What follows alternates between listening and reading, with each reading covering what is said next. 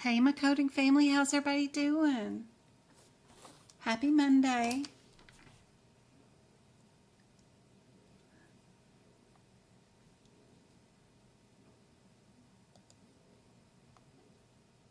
Hey, Patrice. Hey, Mary. How's everybody doing? Hey, K4. How's everybody doing? Thank you for the 3 likes already. I think I got 10 of you guys on. Hopefully we'll get some more on in a minute. How's everybody doing? Let me know when your exam is and when you're taking your exam. That would be nice to know. Let's see, I've got Renee going on October 23rd, Cassandra the 26th, Ada the 18th of November. Guys, let me know when you're going to be taking your certification exam.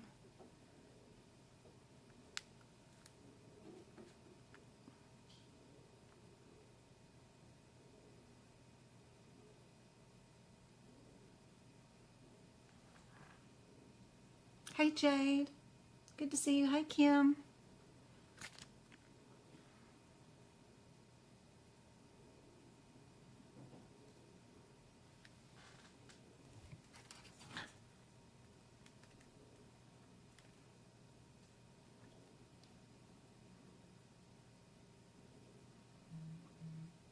Trying to get TikTok set up too. Sorry. Making sure it's good. Here we go.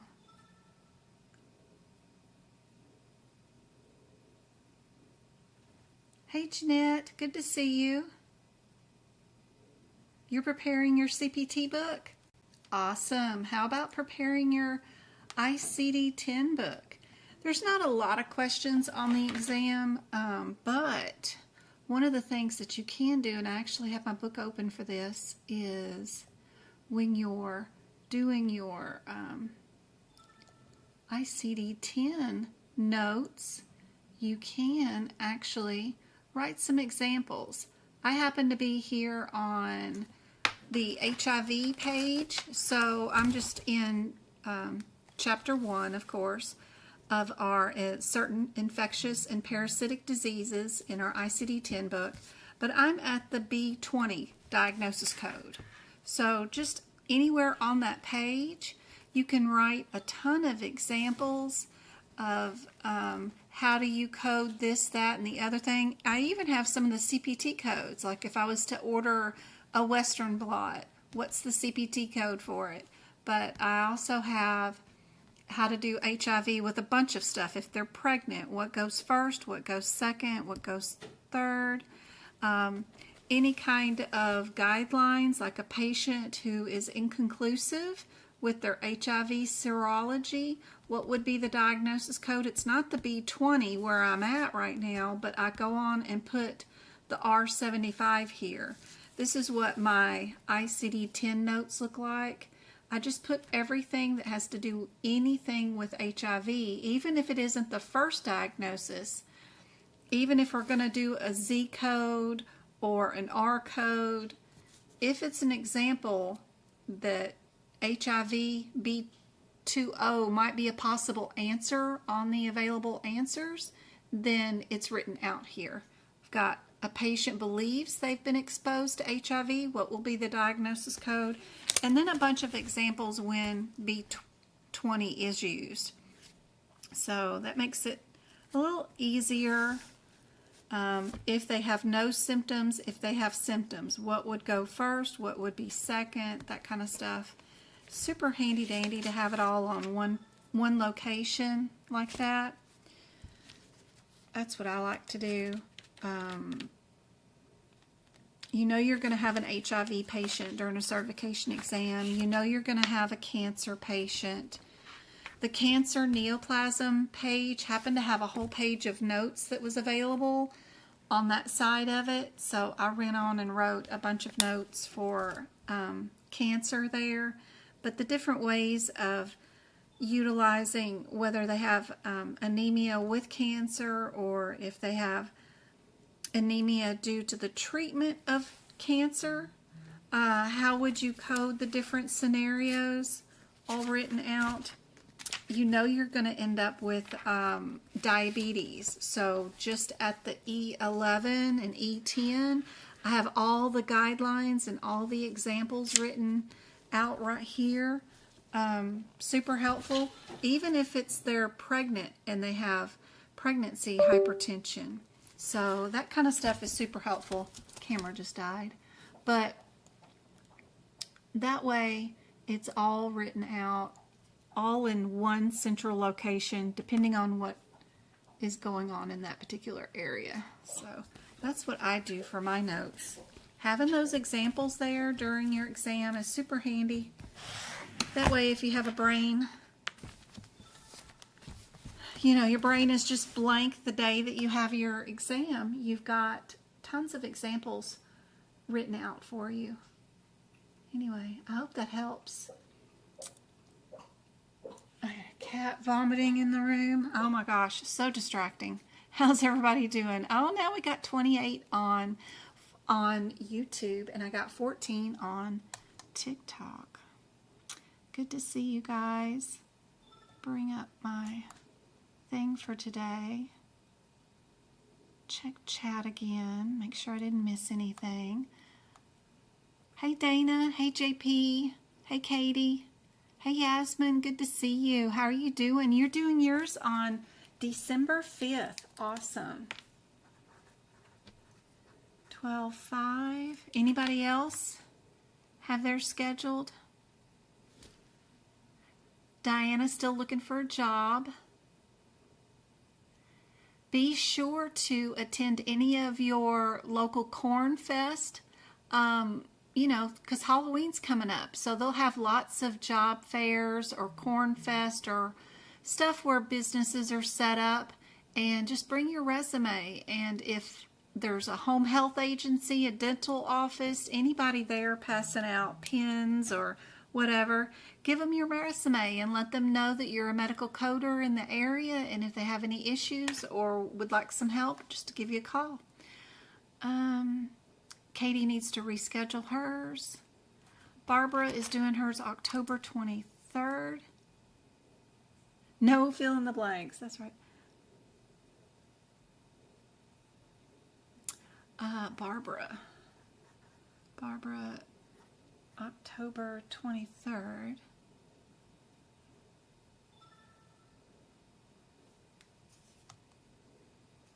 You had 5 questions on the exam where you went, yikes, oh no. Oh man, I just realized you only put the codes down for the examples. Are we not allowed to put more details? That's not true at all. There is tons of stuff besides just the example, the code numbers. On all those HIV patients, it's probably just, maybe you just didn't see it, but they all have what's going on in the example. Anemia due to CKD, you're going to do CKD first and then anemia second. On all of mine, patient presents for pain today due to cancer. You're going to code your G code first and then your cancer code second. Every one of them had a little scenario written out beside it. Chronic yeast infection of the vulva and vagina. Yep, it's got everything. I've got all kinds of examples. The Western blot, HIV was ordered. HIV in pregnancy, how do you code it? The visit is for testing for HIV with no symptoms. What would be the diagnosis codes? You'd have 3 of them. What are the first 2 and the third one? Conditions always considered HIV related. There's a full list of those listed right here with the B2O. The visit is for testing for HIV with symptoms. What would go first and what would go second. So yeah, I've got tons of little scenarios written around it, not just the numbers. You can write whatever you want in your books. Your books are yours. You paid for them.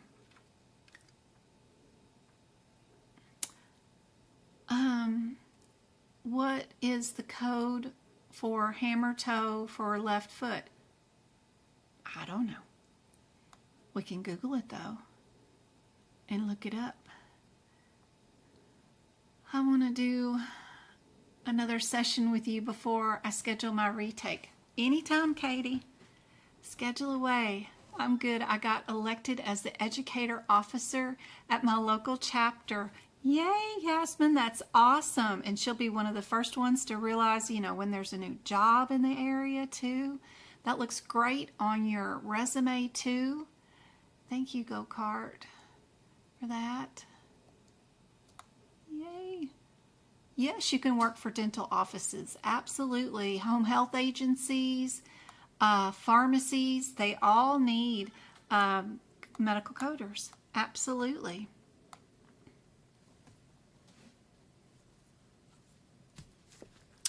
If this was your question, what do you guys think the answer is? What I would do is, you've got two answers where the code ends in 60 at the end, 929, 60, and 61. I'd start out with those two codes really quickly and go look at those. 929. Hammer toe.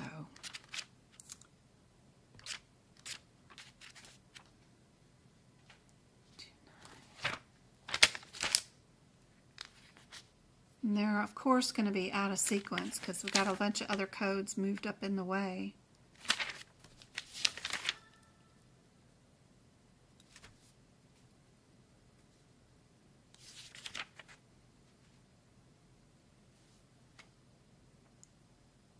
Are we doing external or internal?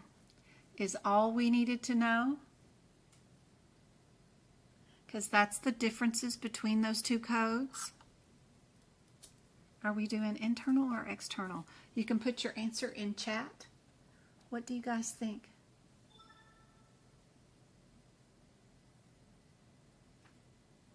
Thank you for the shares and the taps. Already got 3,000 likes on TikTok.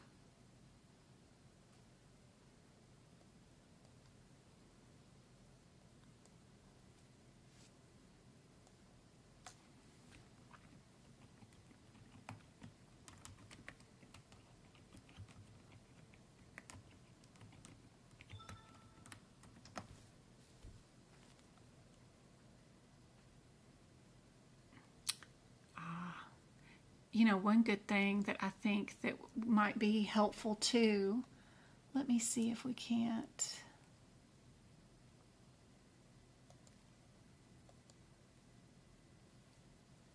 Where am I at?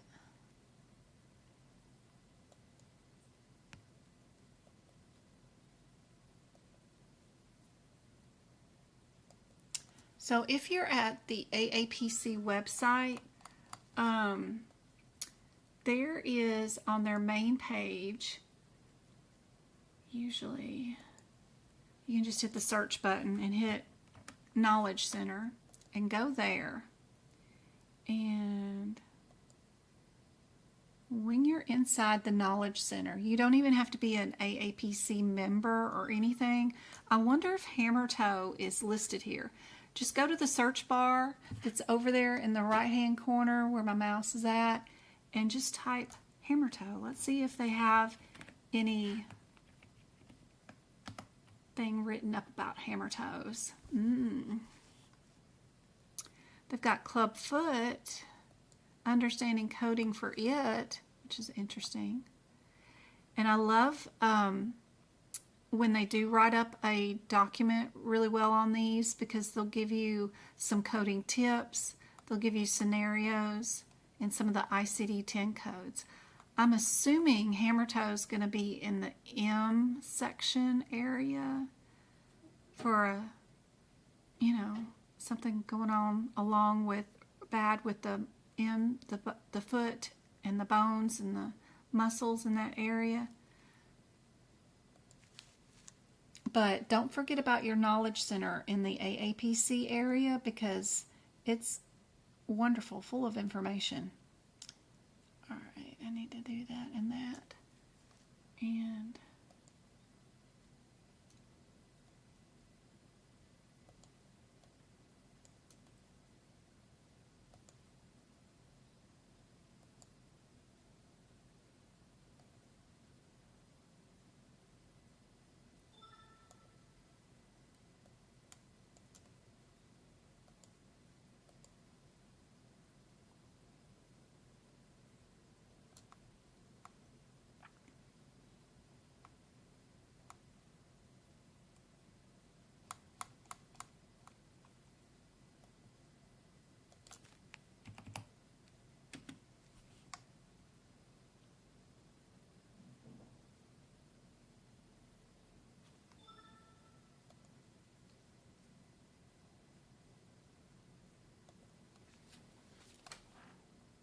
did everybody get this one right? Yes, indeed, it is A. Easy peasy. We just needed to know if we were internal or external. This one, the code is the same all the way down. You just need to know, would we code it with the same code twice, with a radiology, or would it be coded all by itself? More than likely, if you're going to add it twice, you'd need that modifier, right, to say that you did it on two different body parts. And then 90% of the time, you don't add radiology with a lot of stuff. It's usually included, especially in the nervous section. So if I was just looking at this just purely as answers, I'd probably pick A and move on with my day. What did we do for this patient today? We did an injection. So we're billing for the injection and the medicine, which is your J code. It's in every single answer, so you don't have to worry about it either. Would you add radiology to an injection?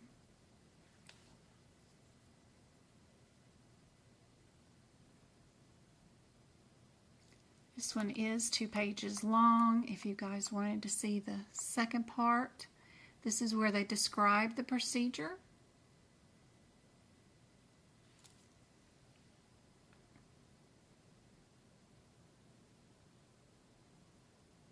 I'm catching up with chat.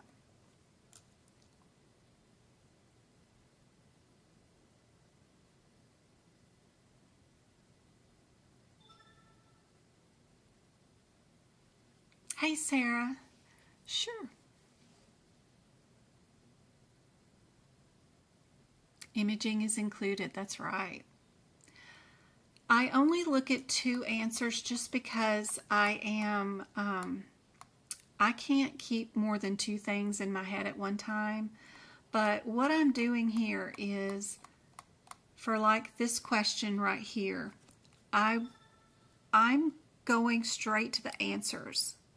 For this medical coding certification exam, it's multiple choice. You have 100 questions to do in 4 hours. That means you have 120 seconds per question to figure out what the answer is. And when I took the certification exam, I didn't need or want to have a CPC. I only wanted it just to be having it for other reasons.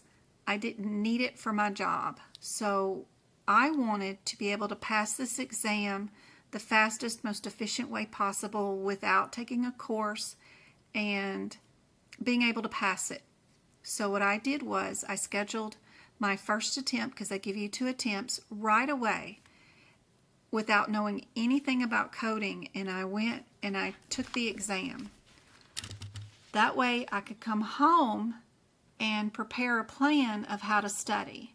And what I found was, when I took the exam, they had particular codes that they picked out of each chapter of the CPT book or the ICD-10 book that they picked because those codes were unique. Either they had a parenthetical that told you to go somewhere else, or they were unique because they were just different by bilateral, unilateral. I saw that they combined a bunch of codes and it looked like they were trying to push you to bill for 3 codes versus where everything was bundled into one code. It seemed like they picked a bunch of patterns of what kind of questions. The reason for this question, why I only looked up 2 codes, was because also AAPC, if you are on their website, by the way, let me go there, that's my website, but if you are on AAPC's website and you do go through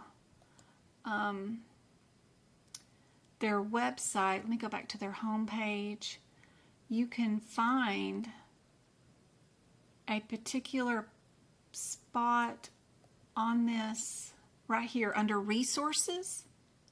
It's called the white pages right here. This white pages explains how they create their certification exam and what methodology went into making their exam. So I read their white pages, and that also told me that they picked questions and they had people write the questions that understand human nature, right? Human nature is thought of when they create a question. So I know that reading the question, you need to not do that. You need to attack these questions by taking human nature out of it. So when we're in elementary, high school, all that stuff, they always teach you read your question, then go to each answer, blah, blah, blah. If you do it the opposite way, where you go straight to the answers and only look up the differences between your answers, then you can pick out your answer without human nature. So if you go to, and I only picked the 92960 and 92961 because they are similar. And I mean that by only looking at the answers like they're numbers. 9 all the way down is the same. The 2 is the same. The 9 is the same. The 6s are the same. That's why I picked those 2. I'm not going to pick the 7 and the 5 because those 2 are different. I went to that CPT code. I looked at its header. Its header said that we were doing cardioversion. Yep, that's exactly what we did. I only looked in the question to word match. Is that what we did today? Yep. Perfect. Then I know absolutely I don't need to go looking at these 2 codes because I am under the right header. Then I looked back at these 2 codes and I've already gone through them and I've written down what my differences are. Was it internal or external, direct or indirect? I've written down those 2 things, and then I just went and looked for that one word, and that's it. So by only looking at 2 words on this question and only looking for similarities in answers, that's how I pass the exam in 2 hours. It only takes me 1 minute per question to do the certification exam. The certification exams through AAPC or AHIMA do not require prerequisites like a course or anything. You can just schedule and take the exam as many times as you want and pass. So the way that, or fail them and retake them, whatever you want to do. But I've learned patterns in their answers and questions. Like through their white pages, I know that looking at this answer, they want to know, do I understand what's included inside this code? Do I know that radiology is already included? If I don't know that, then I could be fooled by all this garbage they have inside this question because it's propaganda, right? They know human psychology, so they're going to fill this question full of propaganda. If I read it, then I'm going to freak out and think I need to add radiology if I'm unfamiliar with medical coding. But if I know the patterns of AAPC and AHIMA and how they write their questions, and I've taken the exam once before and then researched the codes that were on the exam, I find that a lot of times, yay, Lester, that they just are trying to create questions that are similar in pattern to push you to add extra codes that are not needed. And I know my coding rules that if I'm going to add two codes that are both parents, like 644, are they both 644 or is one a child? 644. Two CPT codes together in general usually need a modifier. 644, 83, and 84. 84 is an add-on code, so you don't need a modifier, so that's good. How many levels did we do then is all I really needed to know, but I know for a fact that I would not add radiology, that radiology is included. So the first thing I would do is get rid of anything that has radiology in it, and those are the 7,000 codes. Then that leaves me with just A and C. Then all I need to do is look to see how many did we do? Did we do an additional level? How many did we do? We only did L5 to S1, and I know that that is one level. When you're dealing with the spine, it's like a ladder. So if you're at S1, right there, the one above it is L5, and that's your next spinal level. What's in the middle is what they're injecting, and that is just one. If I go from L4 to S1, that would have been 2 levels. So just knowing that information about how many levels L5 to S1 is, then I know that I don't need that add-on code. And also, a pattern for AAPC is if it's a difference between 2 CPT codes versus 1 CPT code, what is more likely your answer? More likely it's A, but human nature, they're going to fill this question full of stuff and make you think that you are billing 2 levels. Because you can see here they're saying the first lumbar injection, so they're trying to make you think that they're doing multiple of things to make you think that some of these words are going to be needed to be coding more stuff. I'm sure there's a lot more words in here that human nature, and if you were not fluid and worked in these codes every day, then you might not know that they were only talking about one level. I'm sure there's a bunch of, you can see right here, their diagnosis is multi-level lumbar degenerative disease. Another thing that is just silliness that they're trying to push you to bill 2 codes when you can do it with just 1 code. So anyway, that's the way I teach. I teach from the exam point of view, not from a medical coder point of view, but I mean, we are learning some medical coding stuff. This is pretty cool to understand the difference between your L5 and S1, but if your goal is to pass a medical coding certification exam so you can get into the career and get a job, then that's what I teach, is not to take a course and how to tackle the exam questions and pass directly without a bunch of hubbub. All right, what about this one, guys? So if I was looking for similarities, I see that the 140, 141, and the 143 are all together in a row. So I would just go to those codes, and before I read any words from the exam question, Because if you go to these and you read the exam question, you're doing it wrong. And also, if you run to the CPT code and start reading the CPT code descriptor, you're also doing it wrong.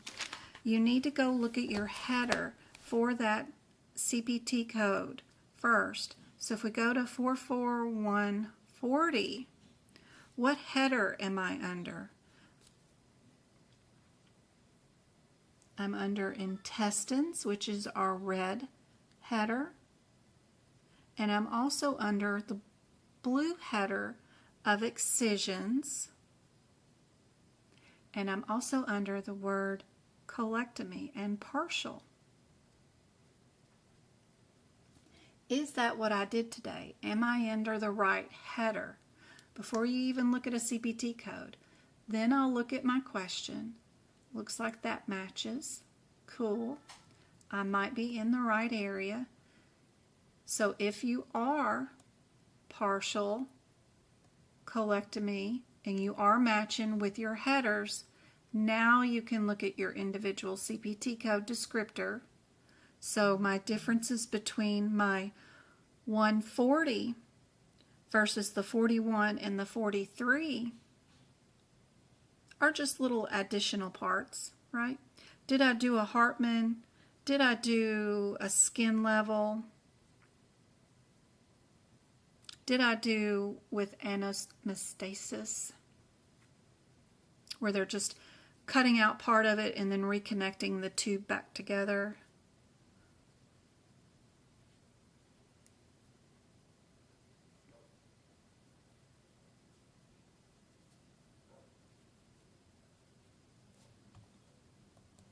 Oops, sorry guys, my mouse is acting crazy today.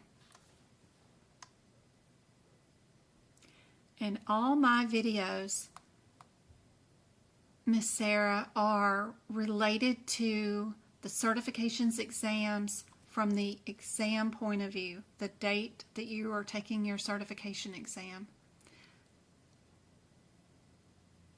How to code that report without answers. Yeah. I primarily do not teach a lot of that, of how to find the answers without the answers in front of you. Because the exam and the one certification exam that you need to get a job all has answers. When and if the exam does start changing to needing to fill in the blanks, I'll start teaching that area. But what you would do is just look at your alphabetical index in the back of the book. If you need to code a colectomy, then you just go to the back of the book where the alphabetical index is. There's a gray area in your CPT book and look up colectomy. Let's see, if you're in the 2024 book, it's going to be COs somewhere around, what page guys? CO, yep, around page 1123. You just look up there and then it'll tell you you need to go to these codes. We're going to go at 4. So you just look up things in the alphabetical index. My camera is not working.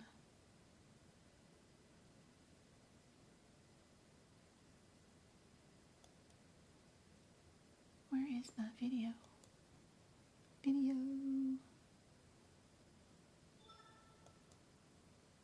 There we go. Yeah. So if you were doing it without the answers in front of you, it's just simple. It's the alphabetical index in the back. And just look up your procedure. And then it'll tell you where to go. So we're here in the C's. COLOSTOMY is way down here. And then it'll give you a bunch of codes you can go to. So you just look it up with the alphabetical index. Super easy. But for this one, they're wanting to know, do you know the difference between skin level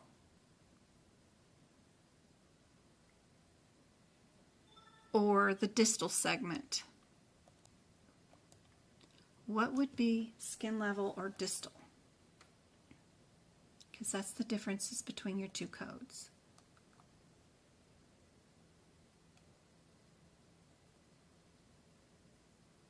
That's exactly why I'm getting my practice exam questions wrong. I keep adding unnecessary codes in. Yes. Remember, always, if it's a choice between 3 codes and 1 code, pick the 1 code. Move on. Who was that? Hey, Ryan. Hey, Miko. Good to see you. You love the questions on my Instagram. That's awesome. Great. I've got to add some more. I'm hoping you guys loved the little mini shorts, 10 seconds practice with a question. Isn't that fun? What did everybody think was the answer for this one? Everybody saying A? Yeah. Perfect. Good job. What about this one? Are we in the 9,000 section? That's the medicine section in the back of the book. Or are we going to be up front in what? The lung respiratory area? Would we be doing 2 codes or 1 code? What's our differences between the headers? So looking in our book, we can go to the respiratory codes real quick.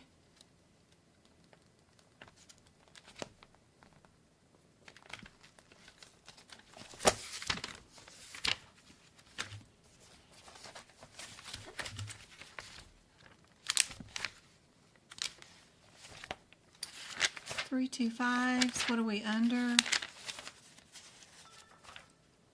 What header would this be? Thoracentesis, or did we do the 964s? We can run to that code.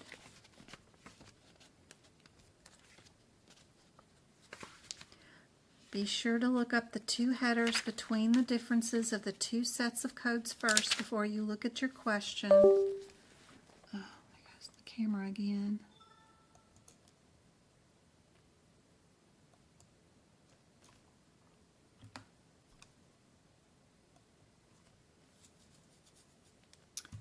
(964). Of course, all the codes are pushed up out of the way.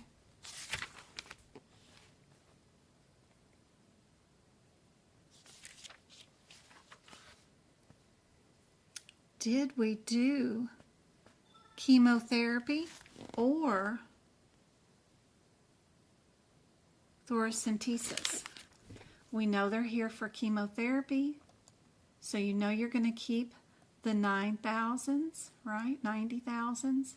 Are we a 401 or a 440? What's likely the most probable answer is probably the one that you throw away. You see how the 440 is in one of the answers we throw away, and then it's repeated again in B?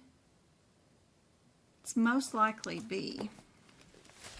If we look at our 96440 versus our 96401, if you want to be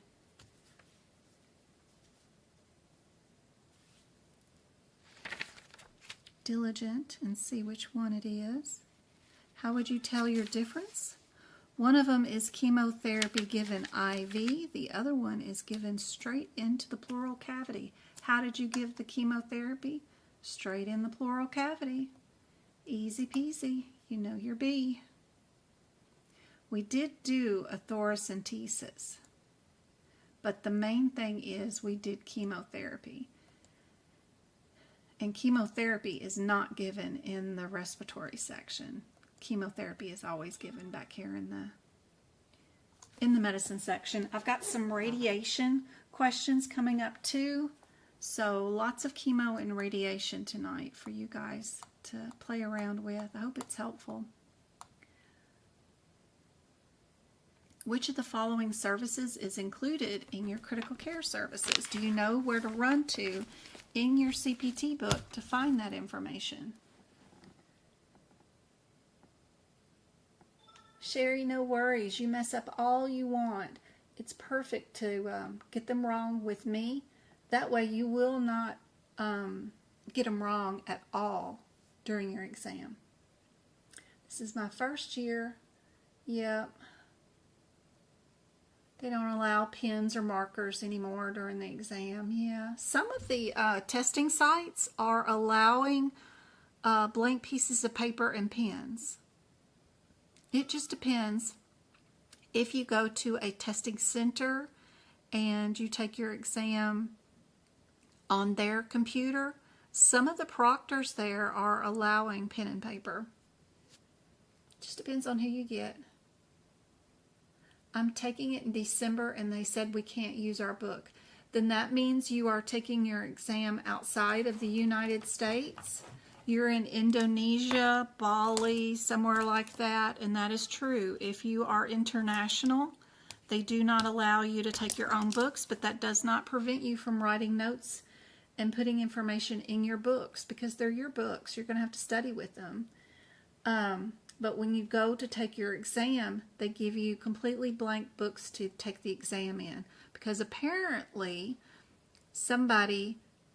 because people that are in those areas are actually proctoring our exam and they have the questions and answers or something. And so they're just filling out the entire book full of question and answers from the legitimate exams, and they were caught cheating. So now if you're taking it in Indonesia, you're given blank books to take it in person.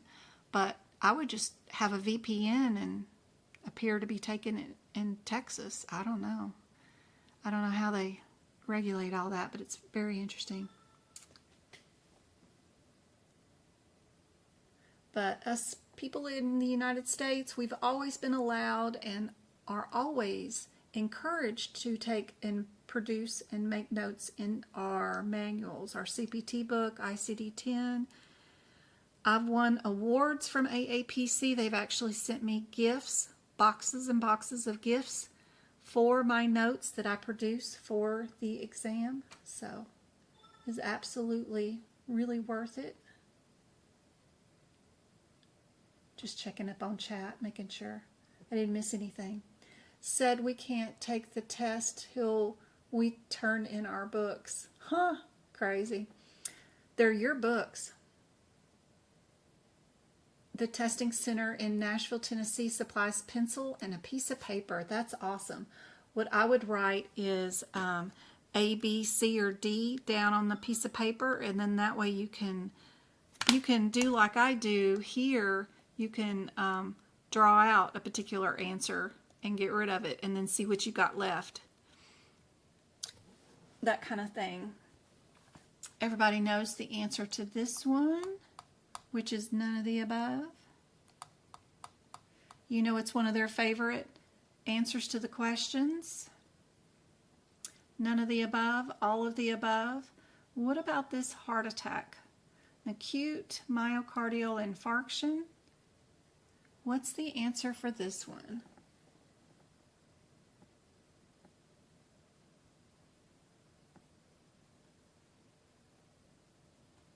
Oh, I'm so glad. User 2021. North Carolina Community College.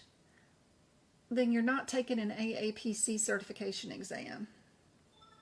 Maybe it's for some other thing. If you're doing NHA or something else, I hope you're not doing NHA because no one will hire anybody that has an NHA certification. Please do not go for that certification.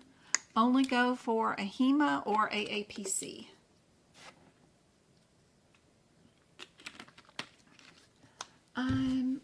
I take my CPC in February and I'm still trying to decide on and get the 25 ICD-10 book. Girl, I got that ICD-10 25 book and I don't like it so far. I like the 2024 one a lot. I think it's a lot better than the 2025 book. Their 2025 book, the quality of the book, what came inside the book, is is a lot better. Their 2024 year, you've got a lot more available writable space, the note pages, and the only codes that updated was some cancer codes, a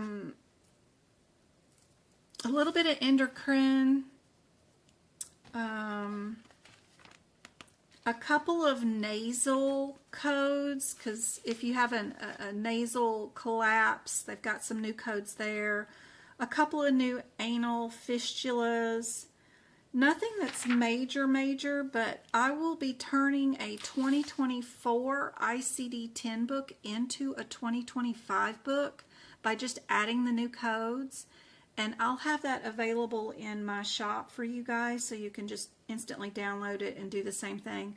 But there isn't anything in here that we can't manually update. I wouldn't buy a new book, personally. I don't think it's worth it. Not $160 something. It's not worth it. If you've got a 2024, keep it. And I'll help you turn it into a 2025. But I don't think they'll even update the exam for a February exam to include any new codes for 2025 that you may miss until April or May anyway. So I think you're just fine. Answer for this question is, if it starts out with AMI, your answer is always going to have AMI in it. If it starts out AMI, your answer is going to have AMI in it. Every time. If your question starts out with STEMI, either one, it doesn't matter, your answer is going to be STEMI. All right. Which of the following is most accurately describes the difference between type 1 and type 2 diabetes? What do you guys think? While I catch up with YouTube chat. Yes, the 2024 books are still available, and they will be going down in price too as the months go on and we get closer to 2025 year. They will be going down in price. Keep Googling AAPC ICD-10 and look every day and see if somebody posts one up a lot cheaper. Just change your search feature over to shopping. Look for a store called Book Run or textbooks.com. A lot of those places end up getting some, and they sell them and ship them free shipping, and they're really good prices. So we got some different answers with this one. We got B, A, and D. What's the difference between type 1 and type 2?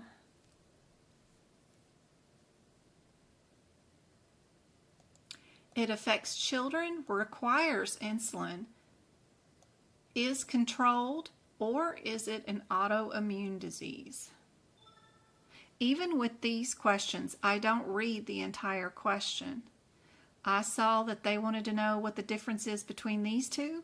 So then I don't read type 1 diabetes, type 1 diabetes, type 1 diabetes, because I can skim and see that that starts out the same with every single question.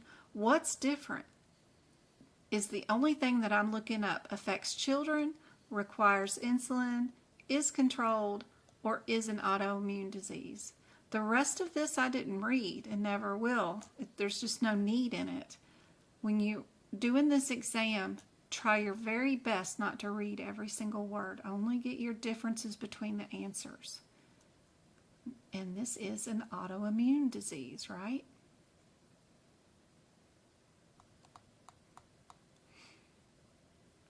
Which of the following parts is part of that particular part of the skeleton?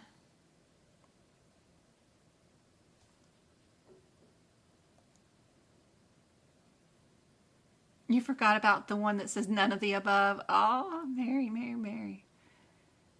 Awesome. None of the above and all of the above. I haven't done any of those none of the above or all of the above questions in a long time, have I? It's been a little while. Let's give out some YouTube memberships while I'm here. I gotta go get Travis from cheer practice in about an hour, so we still have an hour. But just so I don't forget, Catastrophe, love the name. Super K, Kate, aw, Marcella. Congratulations, guys. I hope that 1 month access to my exclusive YouTube content helps you out a whole bunch. Don't forget about the podcast where I'm reading out the ICD-10 2025 guidelines and the E&M guidelines in the front of the CPT book. Super cool.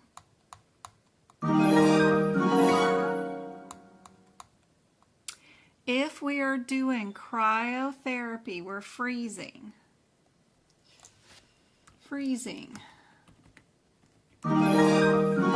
16 precancerous things off, and then we do a laser to destroy a vascular lesion that is 8 centimeters. What's going to be our answer? What do you guys think?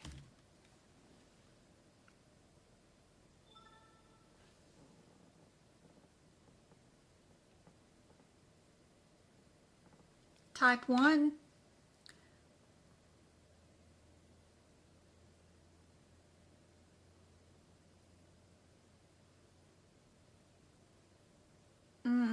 The type 1 diabetes thing, I don't know. What is the most correct answer? Type 1 diabetes requires insulin. Type 2 diabetes does not. Well, that's not true because a lot of people that have type 2 also take insulin. So just because the first part of the sentence might be correct, the whole entire answer has to be correct.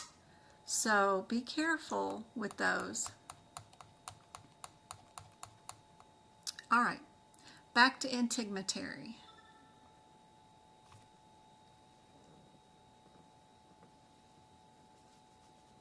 You're welcome, Sherry. Would we have 3 CPT codes?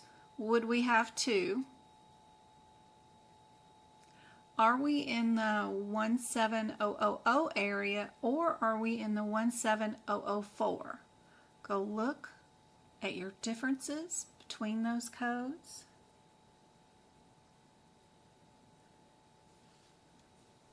If answer A was correct, how many things did you remove?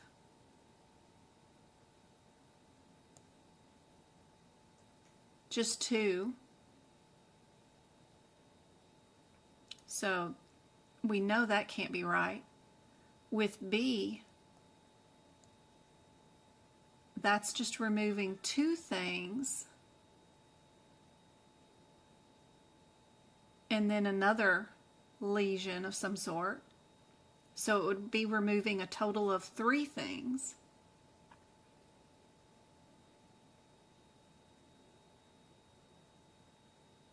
Don't forget about the word each inside a CPT code descriptor. Just means 1 more, but you get to times it.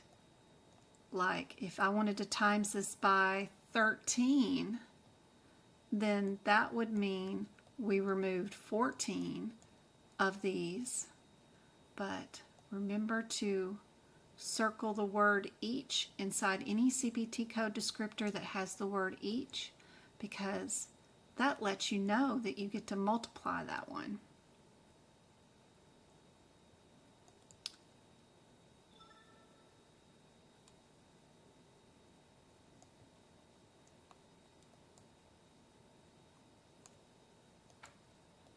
But this particular answer only had the 1 code. So if A is correct, we only removed 2 things. We removed 17 things altogether, right? So you know A cannot be right. This one would mean that we removed 3 things. So B cannot be correct. This means we could have removed anything up to, infinity and beyond amount of things, all in one code. So that seems more likely. And then it's just a difference between your 6 and your 7. 6 is again in one of your throwaways. Noticing can be one pattern that I like to look for. If it's a difference between 2 codes, but I notice one of them is in my throwaway, one that I've already eliminated, then 99% of the time the answer is the one that matches with another particular answer. It's just a fancy little pattern that I see from time to time, but C is the correct answer for that one. They like to ask about a lot of patterns, so what would be next in this pattern of ligaments? What goes next? Are we an A, a P, an M, or an R?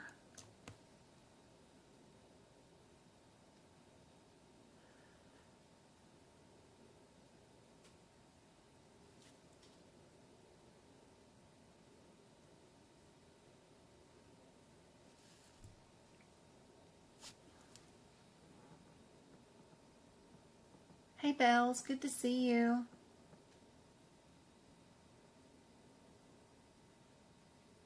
We're not down to the chest yet, Sherry. Try again.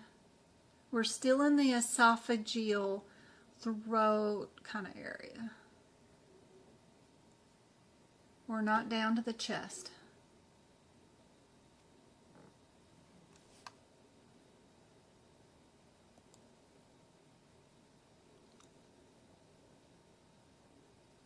So far, Mary, for the ICD-10 book, I don't have the CPT or the HitPix in front of me yet, but so far for the ICD-10, I don't see any need in it at all.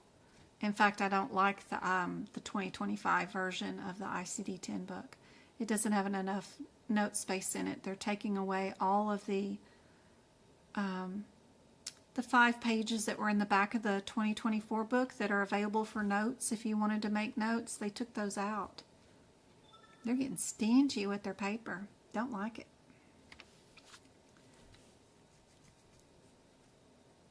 But I haven't audited the CPT book yet. But I don't think there's going to be a lot of new codes.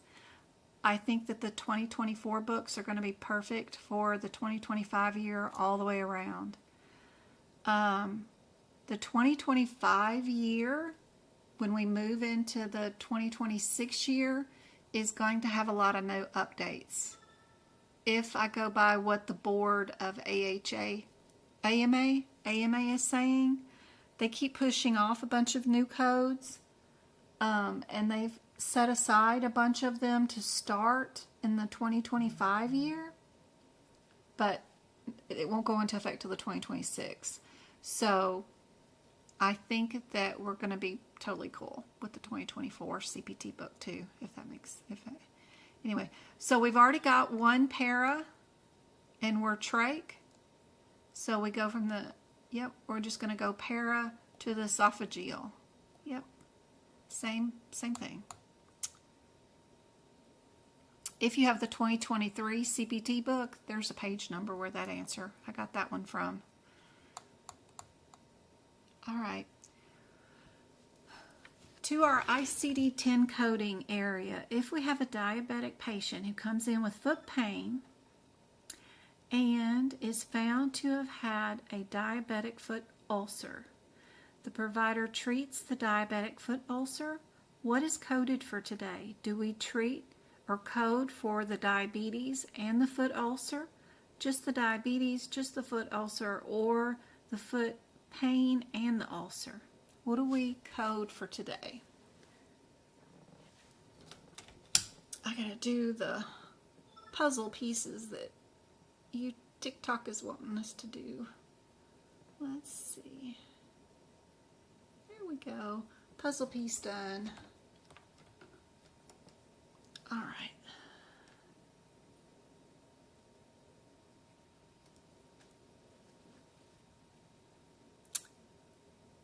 Patient comes in for pain in the foot.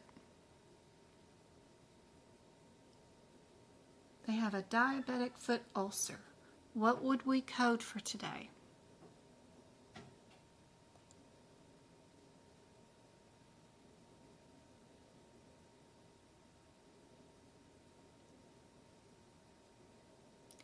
Why is the patient having pain in their foot? It's because they have a foot ulcer. Pain is just a symptom of a diagnosis or a disease process, right? So we don't code symptoms. We only code for diagnoses.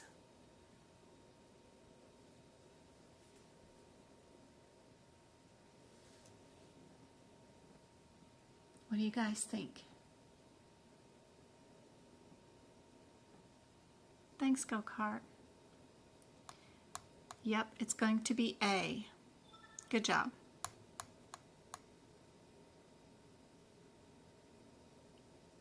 A bit of a case. We have a patient with shortness of breath, dizziness, right? Anemia, a leakage of their peg. All right. Would we have 3 diagnoses or 2? That's the first thing. 2, 2, 3, or 2. Would we start out with our primary diagnosis being a symptom, an R code? We have 2 answers that have symptoms. If you know your chapter header code, that the R means symptoms, that is super helpful. The I means circulatory issue, you know, like hypertension, that kind of stuff. And that K, is that digestive or something? And then a Z code is a status code, like they have history of, or they're here for a wellness exam, or they have family history of, or they're currently taking a particular medication. Just knowing these little headers, not the individual go down to the individual code area, but you could do this just by knowing those little header chapters of your ICD-10 book. Let's go back to our note. And she was shortness of breath and dizzy. Why were they dizzy and shortness of breath? Well, they had a pulmonary embolism. That can make you real short of breath. Cause a lot of pain too. But if they have a pulmonary embolism and they're taking some medication for it and they have anemia, what would be their diagnosis for today?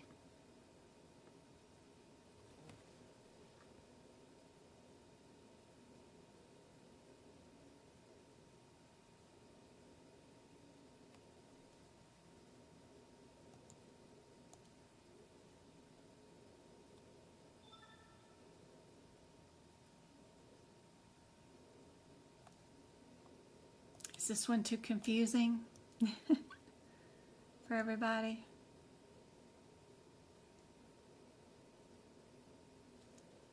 Do we ever code symptoms when we have a diagnosis?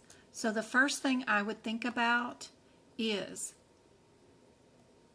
and think about AAPC and their propaganda, right? They're starting off this one with shortness of breath and dizziness, but in actuality, it's all related to their embolism, right? So number 1, they have a diagnosis of a pulmonary embolism.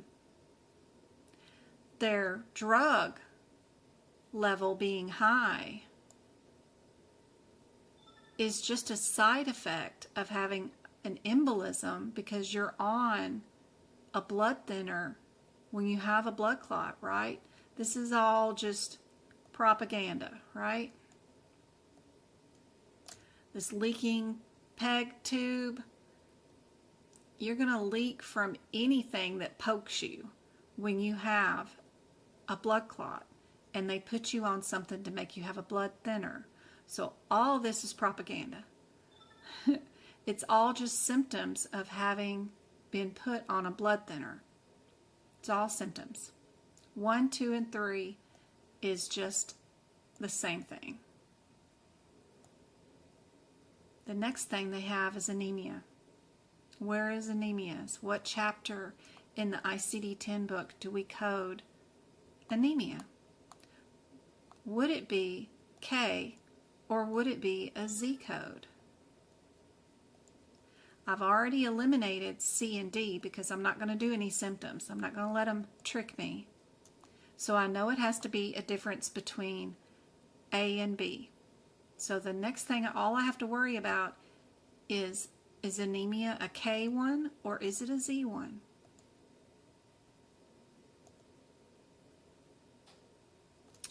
What's up, Fagan? You got it now?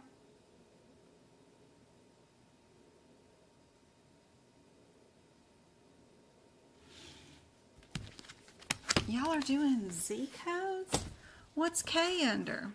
A, B, C, D, E, F, G, H, I. K is for diseases of the digestive system.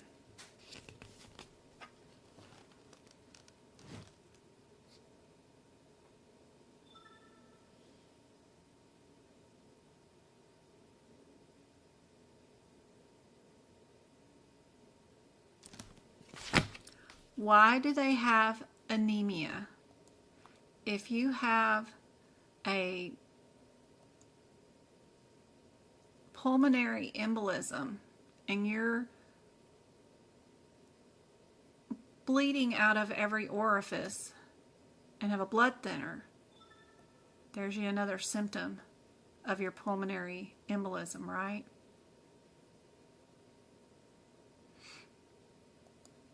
What is a PEG tube? PEG, what is that? Why would you have one of those?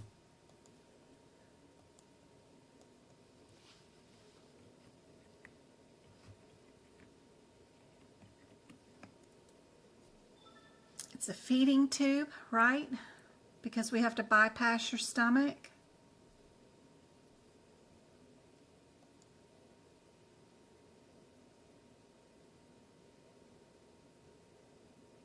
Why would we need to do that? It's because the patient needs gastrointestinal GI support, right?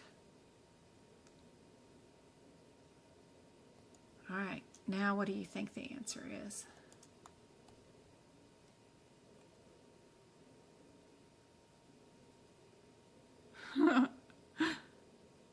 Yeah, we're at B.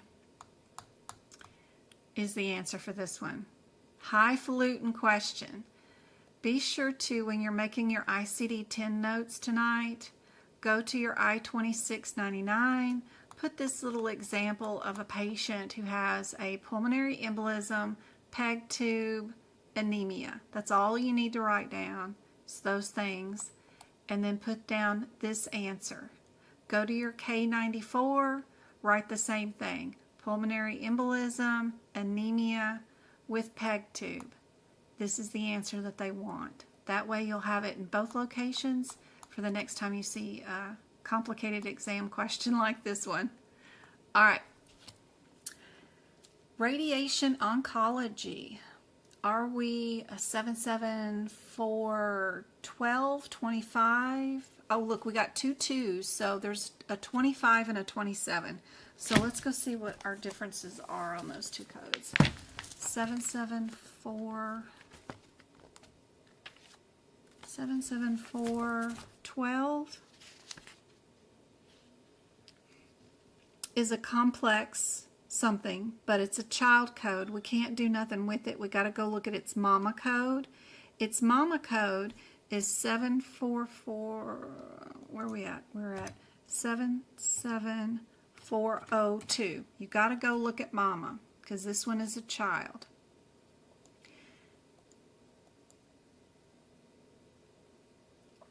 This one, mama, is radiation treatment delivery of something greater than MEV.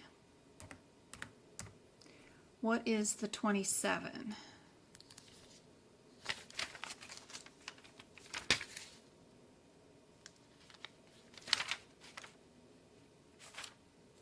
'27 is radiation treatment management. So we're talking management equals 5 treatments.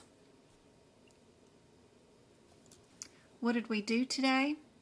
We did 2 times a day for 3 days. Are we under the right header? Do we need to move to our 25 or our 31? Oh yeah, 25 is important too. What? That's intraoperative. So that's intra. And then 31 is 1 to 2. 1 to 2 treatments. Here we go.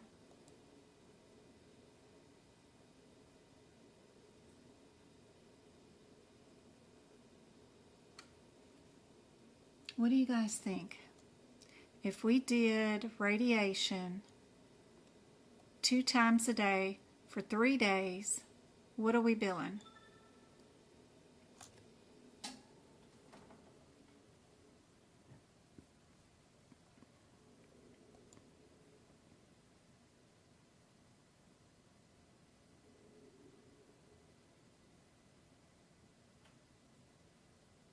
Three times 2 is 6 treatments.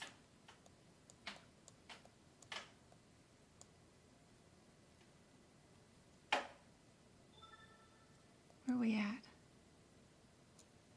Oh, you're so welcome. You take your exam on the Saturday the 26th.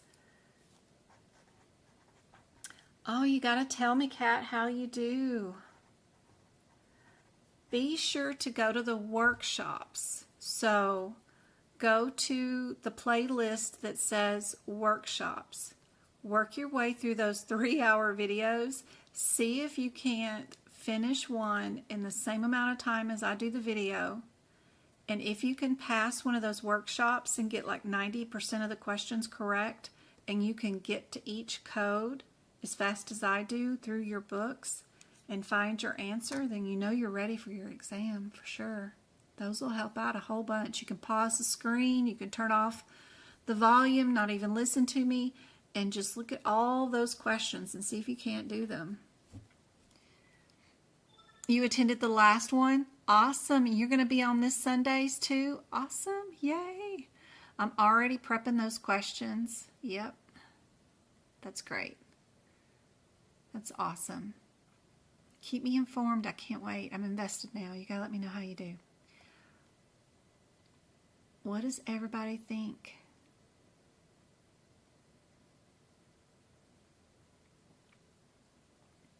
We're definitely not going to bill 1 to 2, right? We're not in the middle of a surgery doing all of them intraoperatively. And 412 is not a complex radiation delivery treatment.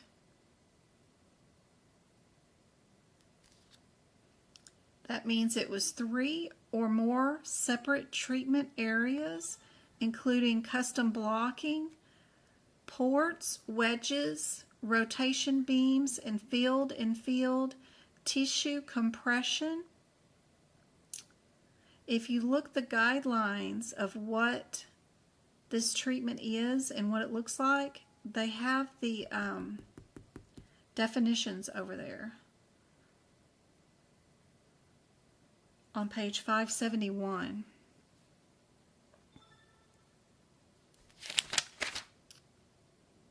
So we were doing treatment management, 5 treatments or more. Absolutely. Thank you for the ghosty. Aw, you guys are awesome. Thanks, MK, for the donuts and stuff. A is going to be your answer. What about this one? We have radiation again. We did 6 treatments at this external beam application. Which one? What do you guys think?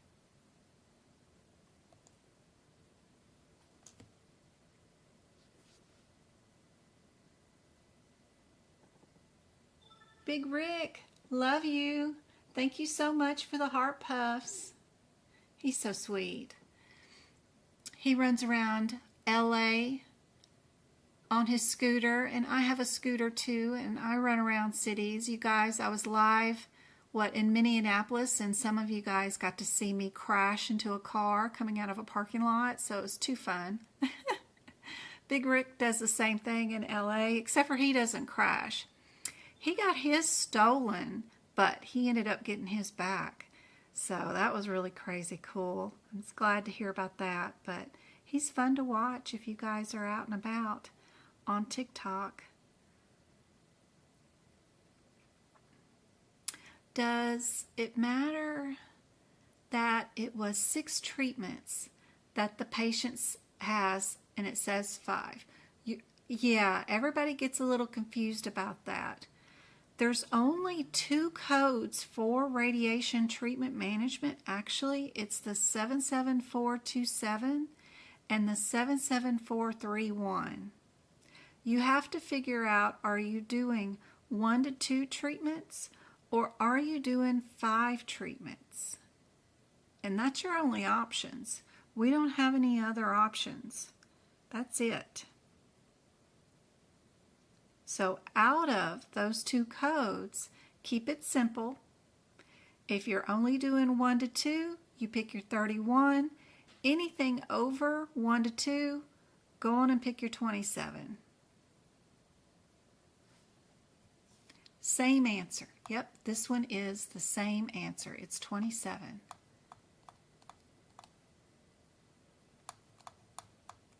What about this one?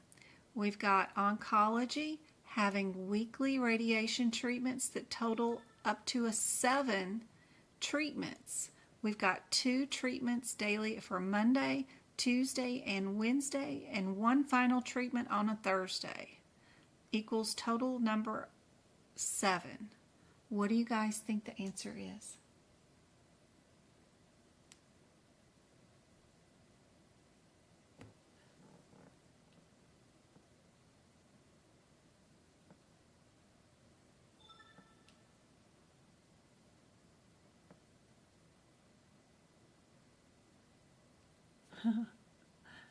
Thank you so much, Rick. You're so sweet. You guys follow him. He's too fun. All right. We've got A again. Yep. Easy peasy. Don't let those numbers of radiation treatments or the fancy words get in the way. It's usually always your 27. What about this one? If we have a patient who has 6 weeks course of therapy, 30 in total, the physician reviews the films, blah, blah, blah, and then face-to-face meeting for the last 2 of the 6 treatments. During the first 4 weeks, the physician assistants evaluated the face-to-face meeting for the patient, and all of the review and the face-to-face evaluations are thoroughly documented in the patient's chart. How many times do you get to code 77427 for this? All this mess that they've got up here. Do we get to times it by 2, 4, 6, or 5?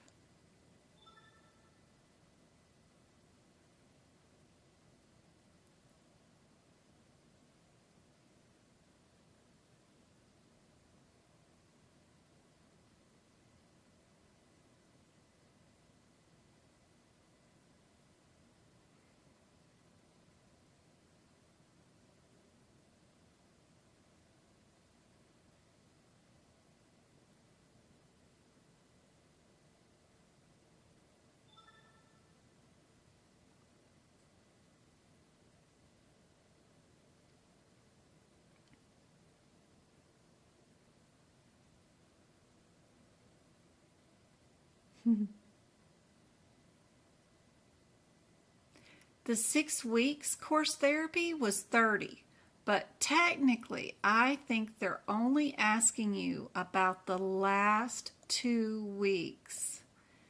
They have a lot of propaganda in this question, a lot of propaganda.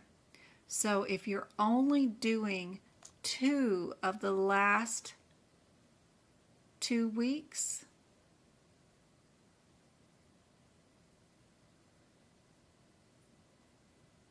for the last 2 of the 6 weeks treatments,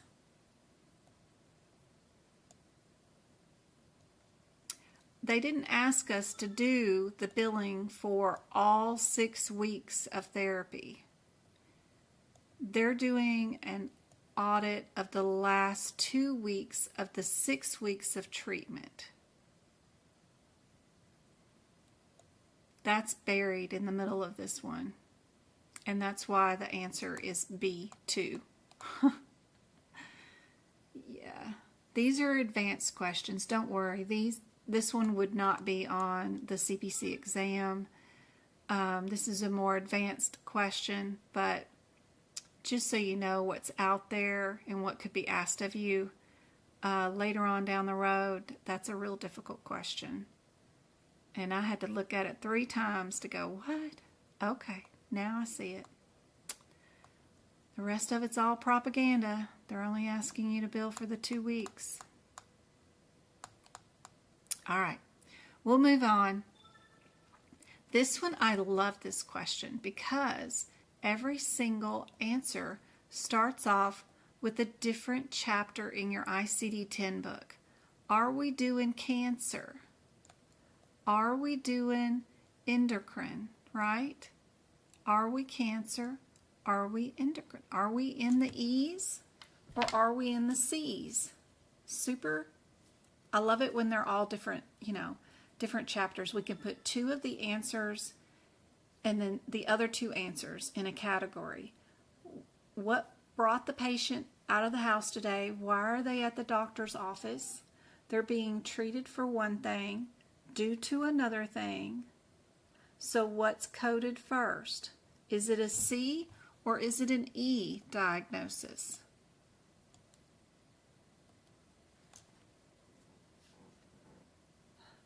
Sorry, MK, that one was tough.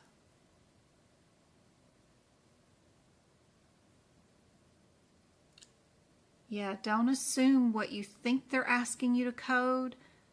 Verify that that is exactly what they're wanting you to code. It is rough sometimes. Remember, they build the questions based off of human nature. Do everything that you can to avoid answering them like a human. Yeah, just such a sweet baby boy. Who's such a sweet baby boy?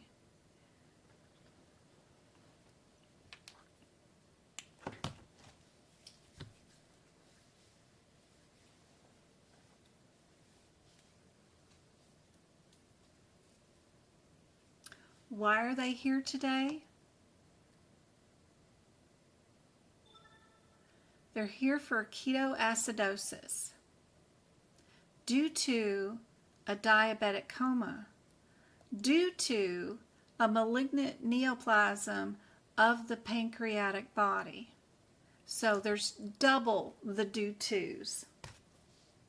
So ultimately, the reason they're out of the door and at the office is because they have pancreatic cancer, right? That is going to go first. So you know it's either going to be A or C. Now it's just a difference. Do we have 2 diagnoses for today, or do we have 3? Would we utilize a Z code for this patient or not? Simply, that's it. A or C. Has to be A or C.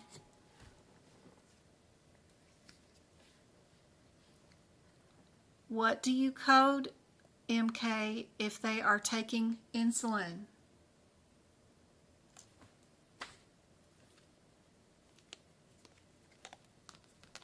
What do we have to have if they're taking insulin? There you go. Some of the medications that patients are on, the long-term use of a certain medication can also be coded for a particular patient that day, and that is in our Z sections. Yep, so this one would be a Z. We would need all 3. All right, what about this one? Are we diagnosing them with a kidney issue or a circulatory issue? Do that part of the question first. You can get rid of 2 answers and get yourself down to a 50-50 shot if you know whether the kidney disease goes first or the circulatory disease goes first. So what did they come in for today? They have uncontrolled hypertension with stage 3 kidney disease. So what goes first? Kidneys or the hypertension?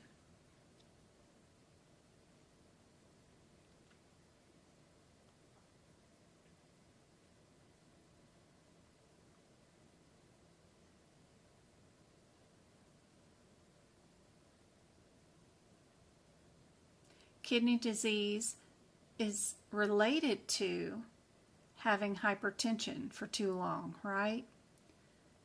It's usually caused by that. So we know hypertension is going to go first.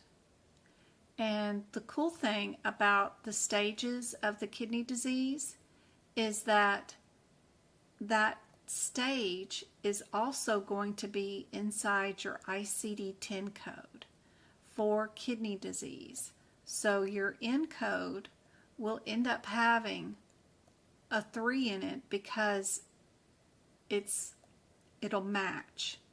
They keep them, if it's stage 2, it'll have a 2 in it. If it's stage 1 kidney, it'll have a 1 in it. So that's the handy part. So without opening the book, I know that hypertension is going to go first. I would get rid of A and B. And then I would just look for the N code that has the 3 in it that will match, right?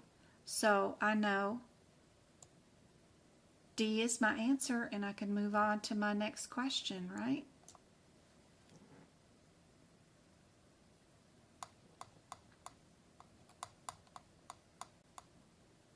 All right, another one. Are we doing cancer? Are we doing a G code? What code is that? Is that digestion again? Oh, I'm in the wrong book. That's CPT. I'm like, what in the world? A, B, C, D. G is the nervous system. Am I in the muscle area, bone issue in the M's, or am I in cancer? Cancer, muscle, bones, or am I in the nervous system for this patient?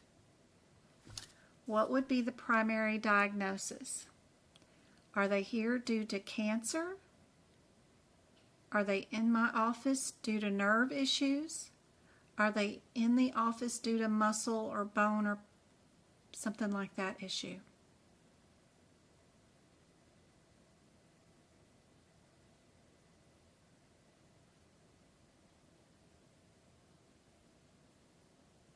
Hi, Lighthouse. Good to see you. I hope this is helpful. There you go. We only have one answer that is in the G, nervous system, and they are here today to get a nerve block. So without even opening your book, you can pick B and move on to your next question. You don't need to verify that all the answers are correct or anything like that. Just keep moving. Just keep moving.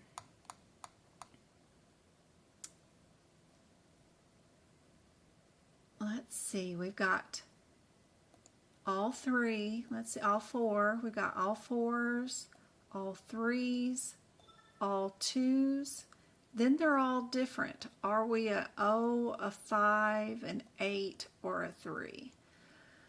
I can't tell, so I'd have to just pick out two codes and run to them and see if we're in the right area. I'm going to pick A and D simply because they both end in 5. The only difference is one's a 3 and one's a 5. So I'm just going to run to those two codes and see what my differences are, because I like to do 2 at a time. 432, go run to that. 432.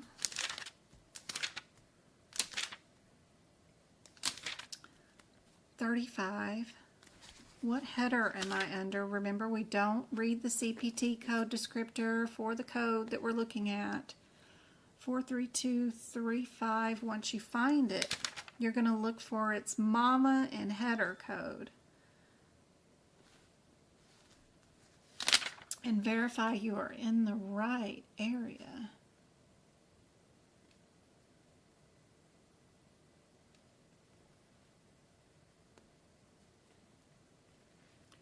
Three five is a mama code. 55 is a child code of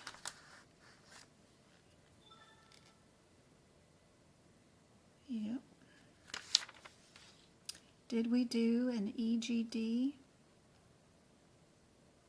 We did.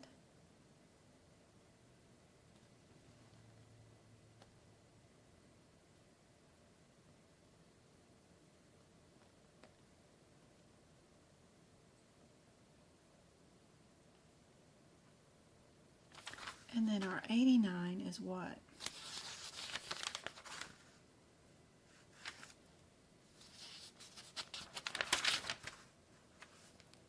That's under scope.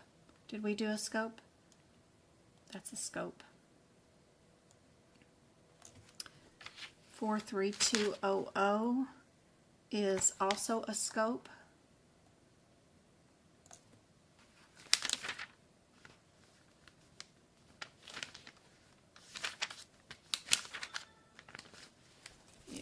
Yep. They're all scopes, but only these two do the duodenum, technically. All right. We controlled some bleeding, it looks like. We've got some bleeding going on.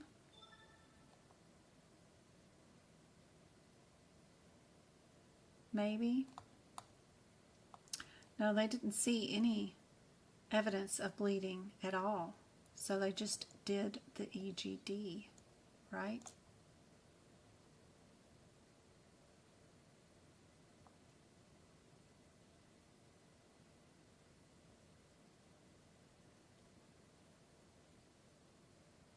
So are you a 35 or are you a 55?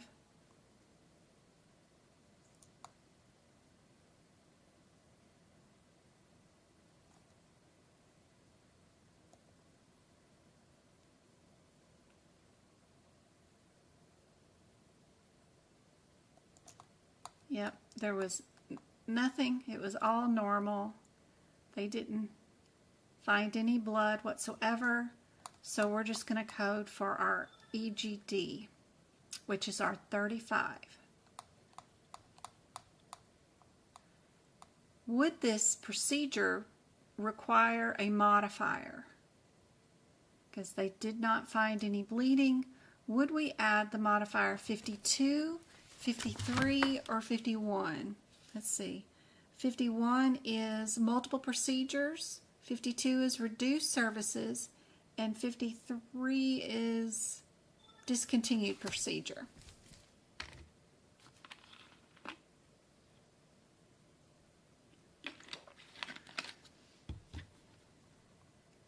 Is there a modifier that's required for this one?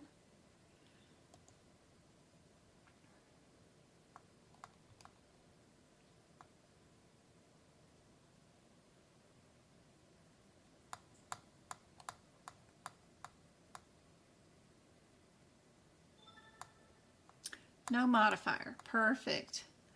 Is there a second CPT code?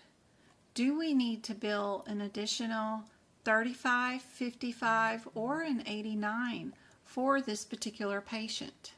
Would we need a secondary?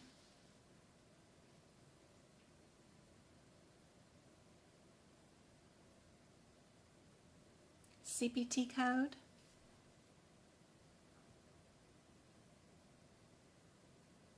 No secondary. Good job. Does this patient need a secondary modifier? Well, if they have no secondary CPT code, then of course they've got no secondary modifier needed. So that one's easy too. What would be the patient's first diagnosis code for this one?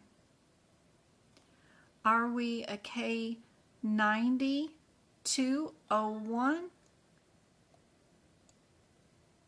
a 2, a 0, or are we down here in this R58 with that emesis? What were they doing? They were vomiting yesterday. Their preoperative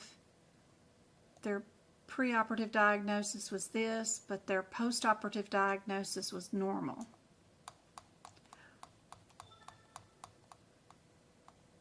Which diagnosis code would we use for this patient?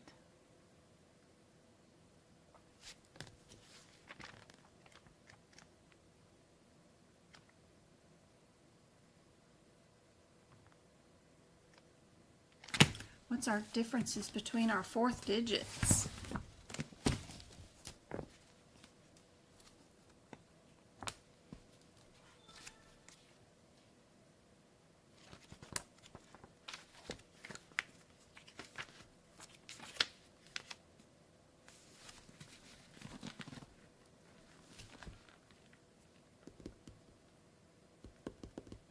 One is something else and 2 is unspecified. Oh, occult blood in the feces. Ah, and then the other one, the O is exactly what we needed. We need A. Yeah, perfect. What about the secondary diagnosis? Do they need a secondary diagnosis for this patient? Same patient. They were vomiting.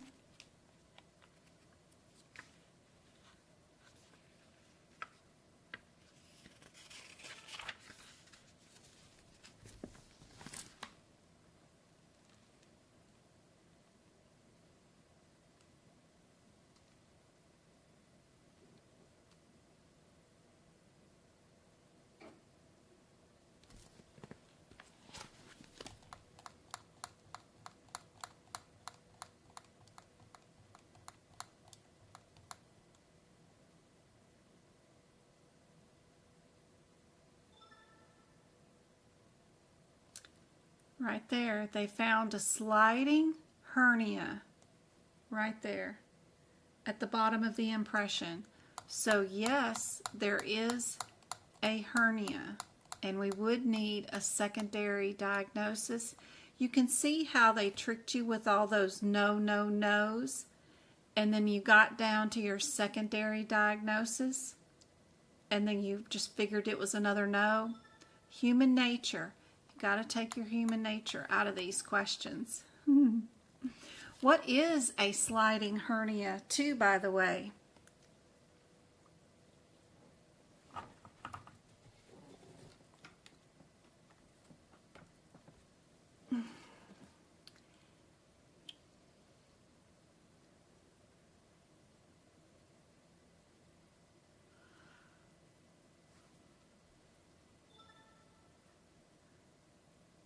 Mm-hmm.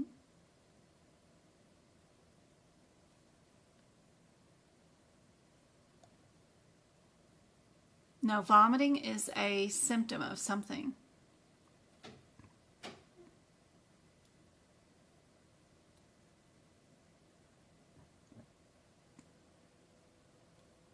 A sliding hernia is what? Is that a sliding hernia is another name for a diaphragmatic hernia, or is it a sliding hernia is when the stomach bulges through? Both A and B or none of the above? I'm glad you like it, Go-Kart. It is different, isn't it?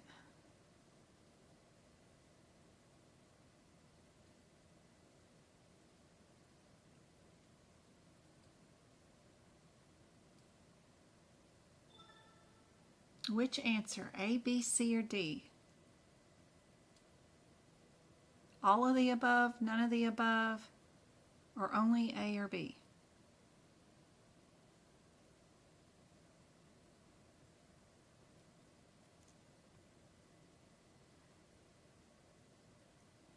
Good job, Angela. She got it first. It is both A and C. All right, that's all I had prepped for you guys today, unless you guys have any questions.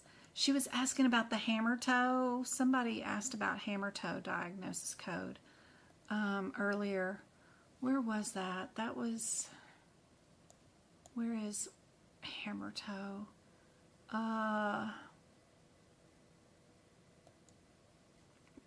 That's going to be like in your M20 area, I bet. M20s. Yeah. Other joint disorders. Your acquired deformities of the fingers and toes. So around the M20s is where hammer toe would be at. You just need to pick out your toe and which deformity you like. Mallet fingers, swan neck deformity, all that kind of stuff. They do have other hammer toes, yeah, right and left. Remember your fifth digit in this area, the fifth digit. If it's a 1, you're right. If it's a 2, you're left. And then if it's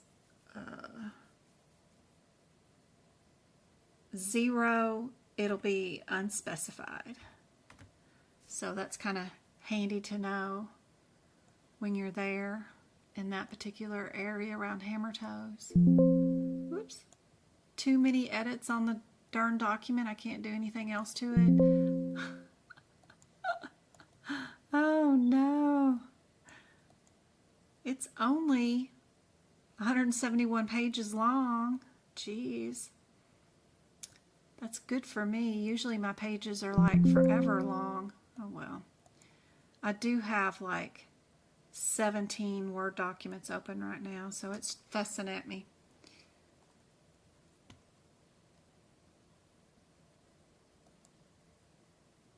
You're taking your exam October 26th. What did I show you guys the other day that was kind of cool? I found in this old notebook I had.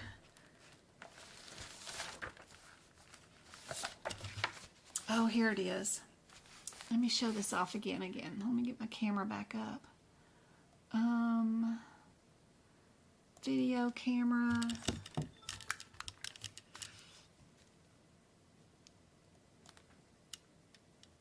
Yeah. It already died. But I know it's a little blurry, but the acronym ERDS, do you know what that means and where to find the answer? What about a Warthin's tumor? Do you know where that is? What phalanges are? what the difference is between ALS and BLS. If your patient was diagnosed with an adverse reaction, do you know that the ICD-10 code, the 5th digit will be a number 5? That's kind of handy to know. If you have an integumentary CPT code that starts with a 114, it's benign. If it starts with a 116, you've got cancer, so that's helpful. Be sure you know your differences between the 50, 51, 76, 77, 73, and 74 ICD-10 codes.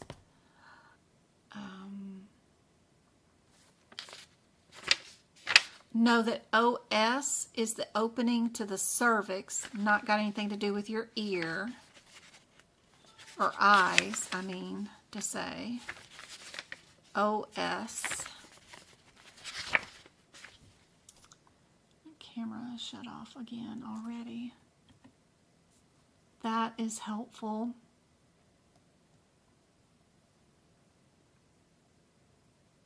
I don't have it on this screen, do I? No. Just not sure why it keeps dying on me.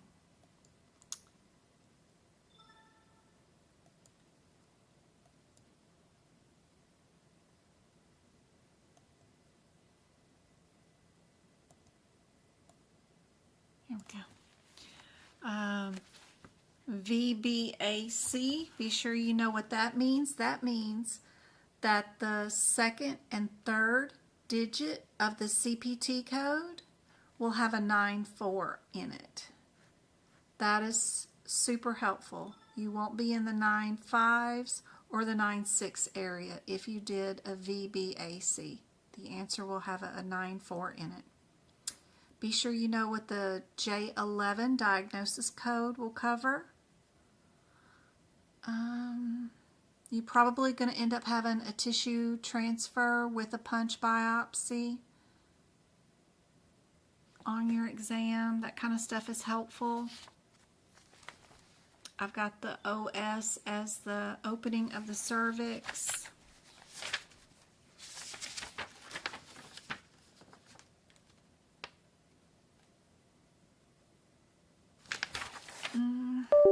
Oop, there goes the camera again.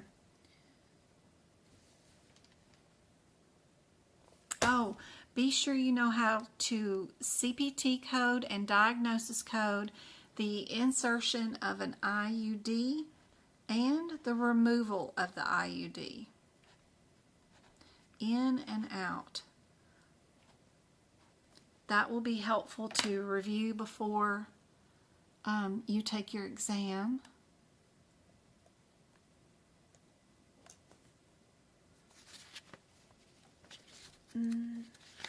Global periods. Be sure you know something a little bit about global periods. 90-day global period, same-day global period, 10-day global period. I think they asked which one of these procedure codes is a 90-day global period. So look for your most extensive, like a cabbage. Something, you're rewiring the heart, something that's big, not just like a leg fracture or something. So be sure you know about your modifiers QX, AA, QY. Very important. Will probably be on your exam. What if they diagnose a patient with rule out appendicitis?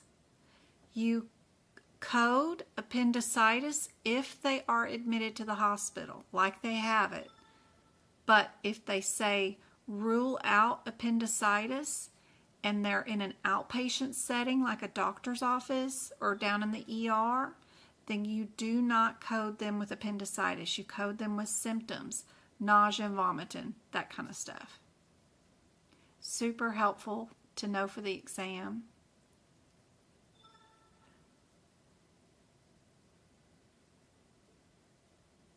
Yes, me too. I hope everybody passes with flying colors.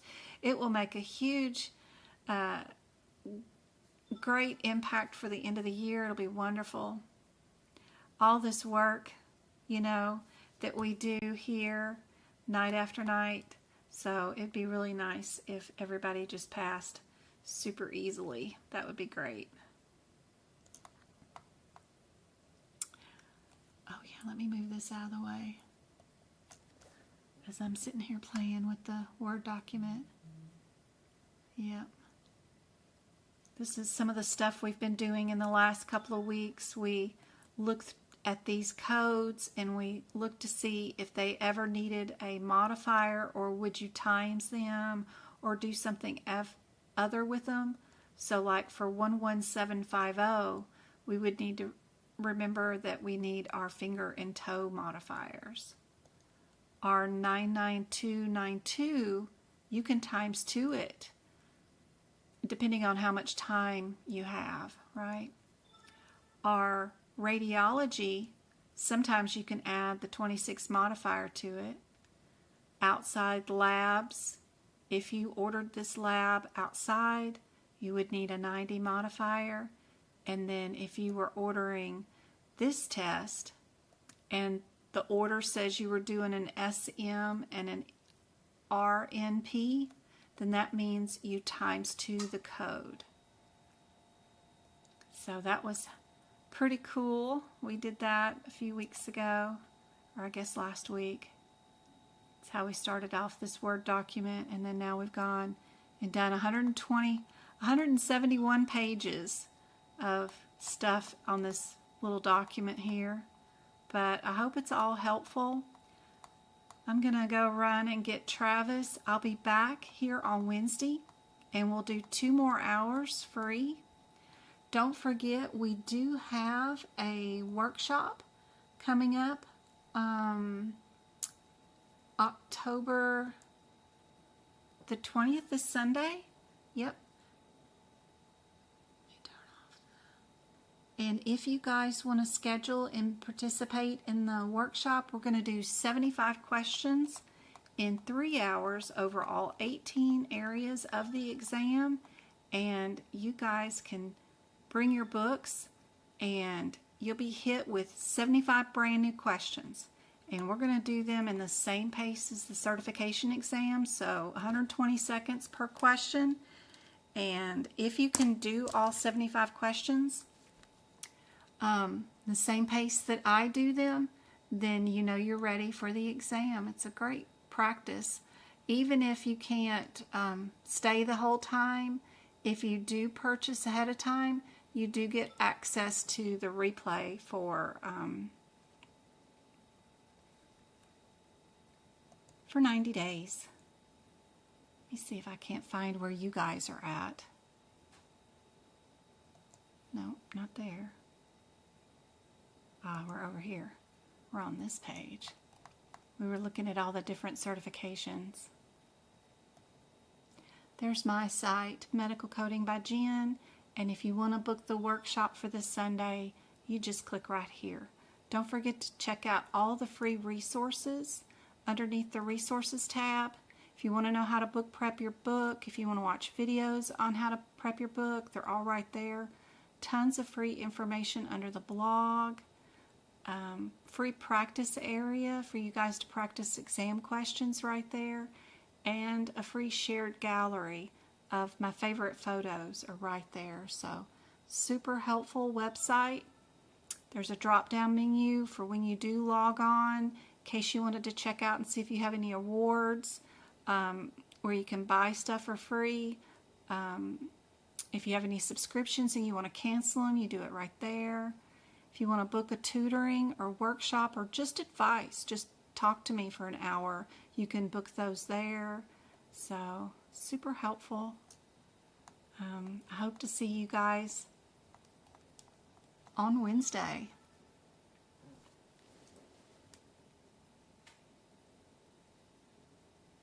I know you do. I bet you do miss your paper exams. Those were fun. The time for paper exams is over with. Such a shame.